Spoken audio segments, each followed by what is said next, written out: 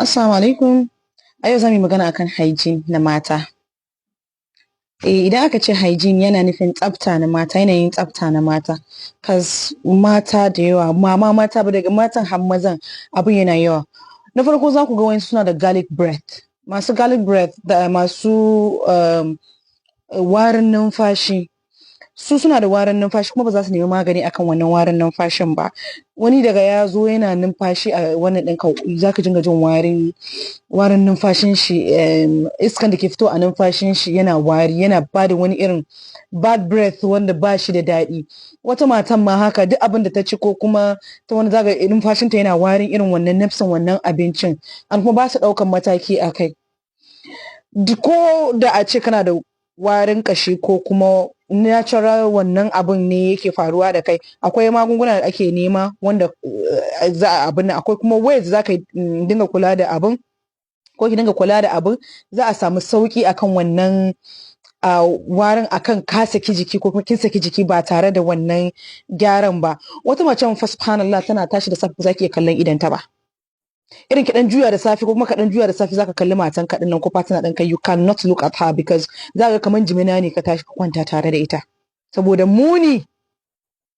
An kuma bata san ya kamata cewa tunda okay you have, ba kowa bane yake da beauty sleepy ba, ko kuma idan ka tashi da safe ka ga mutum da wannan kyan ko wani abu, to tunda kin san haka ne, why not da safe kafin mijinki ya tashi kin tashi ki riga tashi, ba wai ki saki jiki da baki da hanci kina bacci ba har sai ya tashi ya ga wannan fuskan. Wasu mazan wallahi da safe ko haushin matan su suke ji saboda munin da matan suke tashi da shi. Wata kwantsa ido, wata yawon bacci, kin tashi kin tara yawon bacci har miji ya farka ya kalle ki da yawon bacci a baki kin tara. Wata ba ta iya maki magana da safe ba, ya tana buɗe baki sai ka ji kamar an buɗe gwata ne.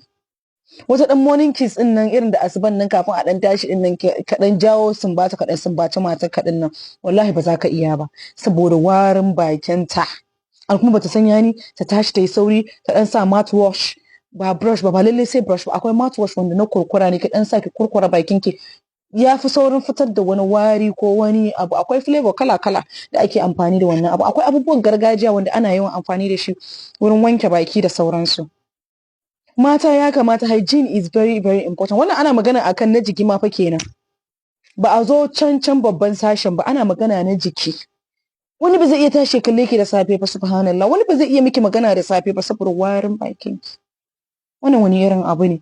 A zo ma jikinki, yani subhanallah, wata bata san ta kula da jikinta ba. Ko ba kya jin wani jikinki ne? Oho malama ban sani ba. Ta yaya mazan ku ba su dinga kallon mata a waje ba, wanda mata suka yi yawa, mata sun yawa yanzu, kalkale ake yi, gasa ake yi, da na cikin da na wajen fa. Ko kuna ciki na waje suna gasa muku da suna so su kwace muku maza, kuna nan sake da baki. Dan kin samu miji kin yi aure ba wani shine wai kin samu hutu ba fa, a'a nan yaƙi ya fara, because mata suna can suna go slow, suna jira, suna so su kwace miki shi. It's survival of the fittest. To kin zauna nan ba kamshin kirki, ba turaren kirki, fuska ya miki kamar na shanuwa. Ba na a zo babban sashen ma is the total mess up.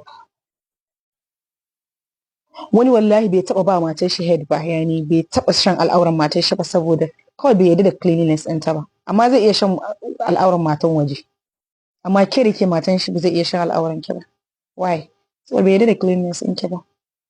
Namiji da zaran ya dan zo ya je warin zufan kanki, ya zo wurin waya ya zo yana shan mama yana jin gishiri, to kin abin kawai sai dai ya yi shi kawai dan kawai yana so ya sauke sha'awan shi ne, amma ba wai dan abin ya kai matuƙa bane ba.